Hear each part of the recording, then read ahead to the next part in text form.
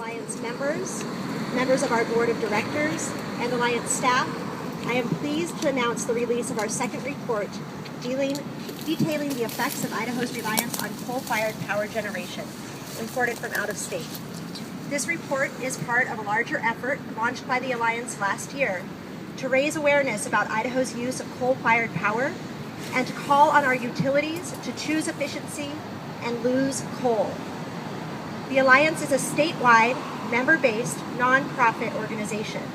In addition to serving as Idaho's nuclear watchdog for more than 34 years, we have been Idaho's leading clean energy advocate since 2006, keenly focused on the promotion of energy efficiency and renewable energy in Idaho. Since Idaho's Public Utilities Commission regulated utilities rely on dirty coal-fired power generation for, on average, nearly half of the state's electricity, developing a clean, affordable, healthy, and secure energy future in Idaho means we must overcome our reliance on coal and expand energy efficiency programs and our use of renewable energy. Our newest report, Kicking Idaho's Coal Habit, Charting a Cleaner Energy Future, makes clear that coal is a risky investment, both in terms of the health and environmental impacts of burning coal, but also in terms of coal's economic vulnerabilities in a utility world that is already facing increasing carbon regulation.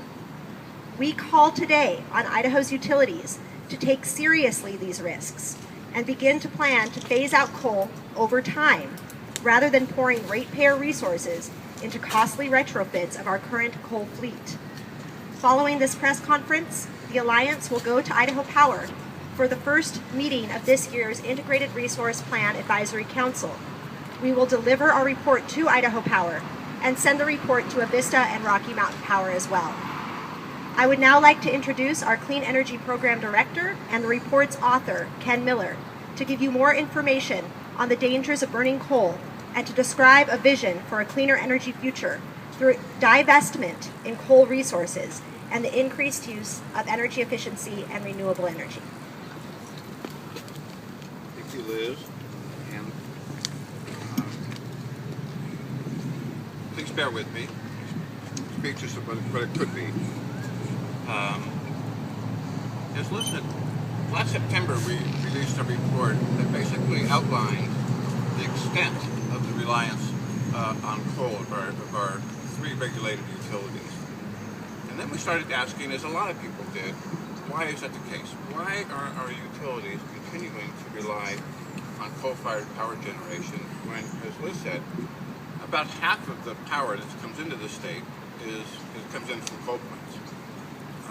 We've got three regulated utilities, Avista, Idaho Power, and Rocky Mountain Power, Pacific Corp.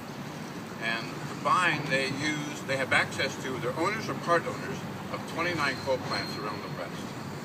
It doesn't mean that those 29 coal plants are all producing energy to send to Idaho, but it does mean that that's where our coal electricity comes from. So what does that mean for the consumer? Once the consumers realize that that so much of our power comes from coal-fired electric generation, the question then becomes, well, does that affect my rates? How does that affect me personally? And the point of the report is just that. For one thing, the report outlines the environmental and health effects of burning coal, and most of those are well documented, but we do that in the report. The respiratory and associated diseases that affect those living around coal plants, and of course the environmental effects from the emissions of the coal plants. But what this report does is it tries to explain to people the financial risk that these coal plants place on not just the utilities and their shareholders, but also the customers. There are any number of, and they're outlined in the report, federal regulatory actions that are coming down on electric utilities around the country. Most of them deal with emissions from coal-fired power plants. Many utilities around the United States see these regulations coming and are dumping their coal assets.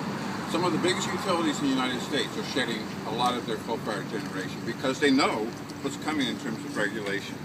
But what's going to happen to ratepayers is they're going to be saddled with increasing amounts of investments that are going to be required to keep these plants in compliance with federal and, in some cases, state environmental regulations.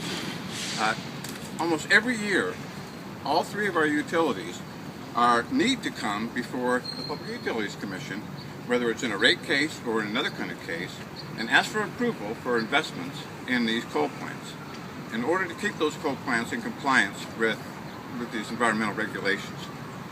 And we're talking about hundreds of millions of dollars here. We're not talking about small amounts. And so what we're saying, and all of that money gets passed on to the ratepayers. So there's the risk that a lot of the ratepayers are exposed to, is these increasing costs associated with compliance for these plants. So what we're asking, and I think what we're hearing a lot of people ask us, is why are we making these investments? Why are we pouring this money into these coal plants, which really, it is death by a thousand cuts. We get so many requests to come in to make these investments, these environmental improvements. Why spend that money in environmental retrofits to basically keep these plants operating year to year to year?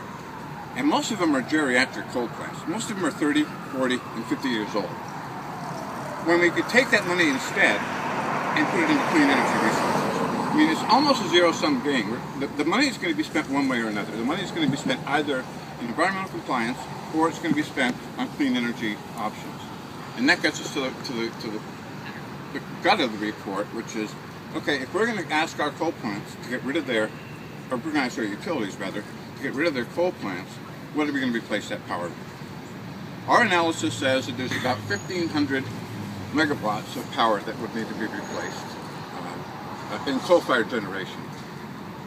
If you factor through the capacity of these plants, you drop down the number to about 1,275 megawatts. Then you factor in the fact that many of these plants aren't operating as much as they used to be.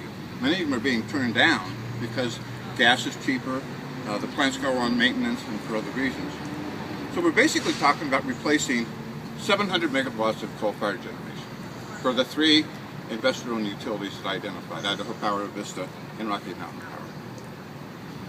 We believe, and the report indicates, that 700 megawatts can easily be replaced through energy efficiency and renewable energy. You'll see the numbers in the report that come from the National Renewable Energy Laboratory, and a report that they just issued 2 weeks ago, that indicates that Idaho has more than enough renewable energy to offset the 700 megawatts that we're talking about. We're talking about gigawatts of renewable energy resources in this state, from solar, wind, geothermal, and other resources. So those resources are there to replace the coal. But energy efficiency is what's going to carry us through a lot of this. You know, the Northwest Power and Conservation Council, some of you know, indicated that the region can meet 85% of its load growth through energy efficiency. And Idaho will do the same thing. But you put the expanded energy efficiency and you apply that to what the utilities are already doing. And I should say, the utilities are doing a very good job with energy efficiency. There's a lot more that they can do, but they're doing a very good job. And we give them credit for that. But once you apply the energy efficiency, really all those renewable energy resources, because some of them are variable. We're not talking about replacing coal with wind, for instance. Wind could never replace coal. Wind, it doesn't produce power all the time, and neither does solar. But the resources can be blended in a way that they can replace the coal-fired power. Because we hear that we need to have the coal because it's reliable, cheap, and right now and anymore neither of those apply to coal-fired generation. And so we include a number of recommendations in the report. I'll finish here, and some of them are that that when a utility wants to make an improvement to a coal plant, regardless of the utility or whoever owns the plant, that they need to come in to the PUC and request a certificate and open that whole process up to the public, so the public can participate in whatever improvements, or at least have comments on whatever improvements we're talking about. Because right now, the improvements, and we're talking tens, like I said, death by 1,000 cuts, hundreds of millions of dollars. These improvements often are made through very arcane rate cases or other procedures, and the public doesn't even know they're happening. So we would like to see that process be more visible. And we would also like to see the Commission open up a docket to allow the utilities to come in and explain how they can justify continued use of coal, or if they can. Because it may be that these plants, when you do a cost-benefit analysis, it may be that these plants pencil out. But what we're finding around the country is every time one of these analyses is done, they don't pencil out. Is that when you balance, is it worth spending the money on the environmental improvements, or is it worth retiring the plants early?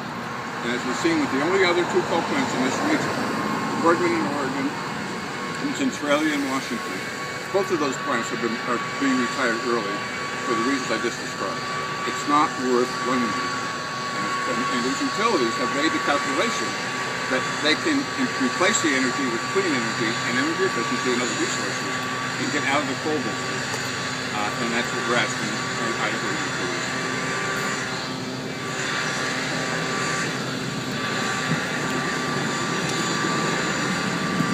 I've got just a few more remarks before we're going to end this press conference. And then we'll take questions afterwards. So my name is Lisa Young. I'm the Clean Energy Organizer for the Snake River Alliance. I work with both Ken and Liz in our Clean Energy program. And I have a few remarks today about the Integrated Resource Plan process over at Idaho Power and at all of our investor-owned utilities here in Idaho. All three of these utilities have to go through this process. For the past 4 years, the Snake River Alliance's Clean Energy Program Director, Ken Miller, has been invited to sit on Idaho Power's Integrated Resource Plan Advisory Council, or IRPAC.